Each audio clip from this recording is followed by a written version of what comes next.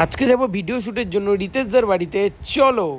তো আজকে সকাল সকালই রেডি হয়ে বেরিয়ে পড়ি দাদাদের বাড়িতে যাওয়ার জন্য। প্রথমে কিছুটা পায়ে হেঁটে তারপরে টোটো করে আমি পৌঁছে যাই দাদাদের বাড়িতে। আর গিয়ে কিছুক্ষণ মনের সুখে বেল বাজাতে না বাজাতেই দাদা এসে দরজাটা খোলে।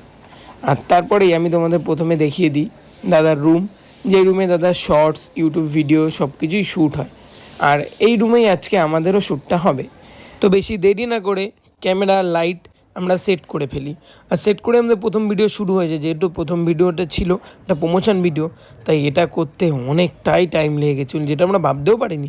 তারপরে আমরা খেতে বসে পড়ি, আর কোনো রকমের খেয়ে আমরা চলে যাই দ্বিতীয় লোকেশানে, যেটা ছিল দাদার ব্যালকানি। একটা কথা বলে রাখা ভালো, আমি একটার থেকে ডিওপি হয়ে যাইনি।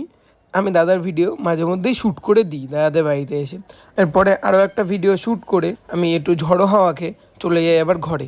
আর এই ঘরে লাস্টের শ্যুটের সময় ভাই কী যে বলবো, যা পরিমাণে হাসাহাসি হচ্ছিল।